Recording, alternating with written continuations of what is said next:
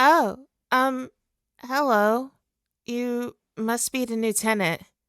I wasn't expecting you so soon.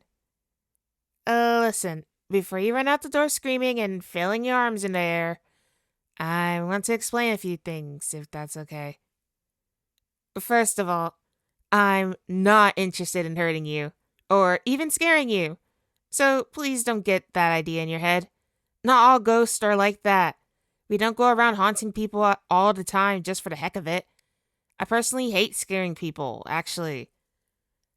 The fact that some people are scared of me is always heartbreaking.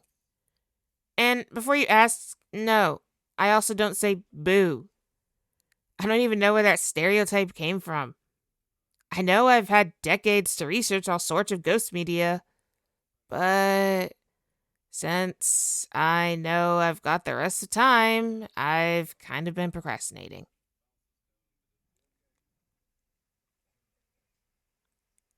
Hmm? Yes, decades. I actually died in the 1950s.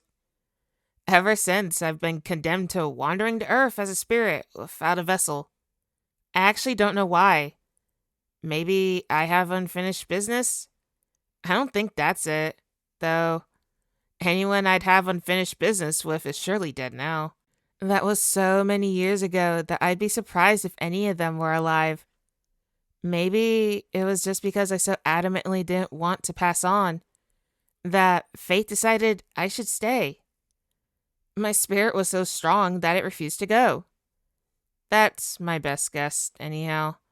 I've still got a lot of time to think about it. I'm sorry. Am I bothering you? I'm just really excited to finally have somebody to talk to. Being a ghost is a lot lonelier than you might think. I never used to live in this house, but even living here, I've barely gotten to talk to anyone because I knew that if I revealed myself, people would be scared of me. It's left me feeling kinda empty, like I couldn't talk to anyone. That's why I'm actually pretty thankful that you saw me just now, because, well, it just means that I don't have to hide.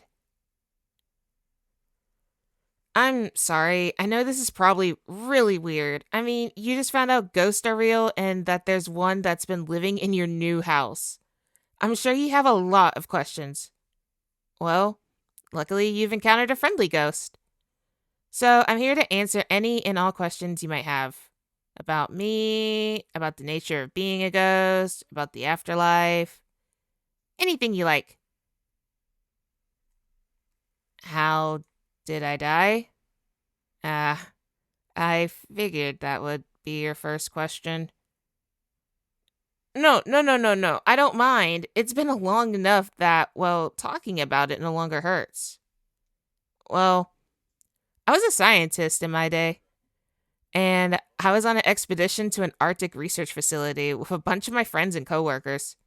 My best friend had even came with me.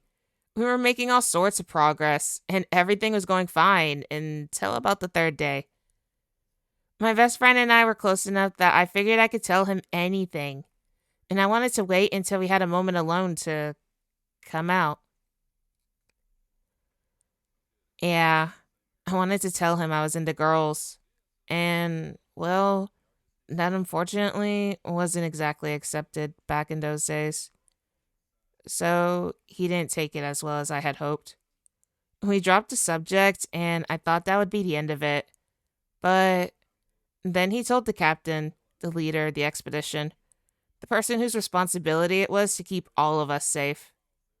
But as soon as he knew I had these feelings, he grabbed me by the arm and tossed me out into the snow. I wasn't expecting to go outside, meaning I didn't have my winter gear on. So after it was clear that they weren't planning on letting me back in, I quickly left to try and find some help before I froze. Unfortunately, I didn't find any help. But what I did find was a frozen over lake.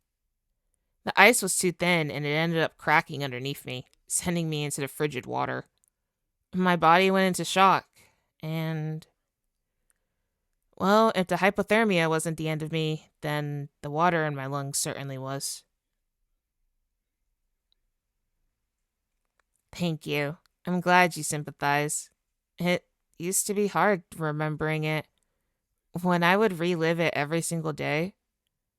But since it's been a few decades, I've forgotten what it felt like. So I don't mind talking about it now. It's why I said I might have unfinished business, but the captain was over 50 at the time. So by now, he'd absolutely have passed away. And as for my old bestie, I don't know where he ended up. But it's likely that he's gone now, too. Anyhow, I'm sorry to have brought the mood down. Talking about death isn't exactly the best friendly conversation starter. I know you asked, but still. You have another question for me? Yeah, sure. I'm just glad you still want to talk to me after that last story. Am am I what? Single? Uh, I mean, I really didn't expect that. You're you're not serious, are you? I'm a ghost. You know what that means, right? I don't age, I don't eat, I don't sleep. I'm not like a normal person. I can't even touch things. I'm just saying, like, you're really pretty and you could do much better than me. Are you sure you. Oh, you're lonely too? Well, uh, I'm sorry to hear it. I hope I can make you feel at least a bit less lonely. I know you're doing that for me, and I hope that even if nothing comes of it, we can, at the very least, become friends. Unfortunately, conversation is one of the only things I can give you with any level of consistency. I'd offer to help carry your boxes inside, but since I'm intangible, I don't think I actually can. But I can certainly keep you company while you're doing it. I know I'd appreciate that if I were in your shoes. Yeah, for sure. We can talk more while you unpack. I won't get in your way either, since if I'm standing in front of you, you can just walk through me. Hey, thanks for being so nice. I don't feel lonely anymore.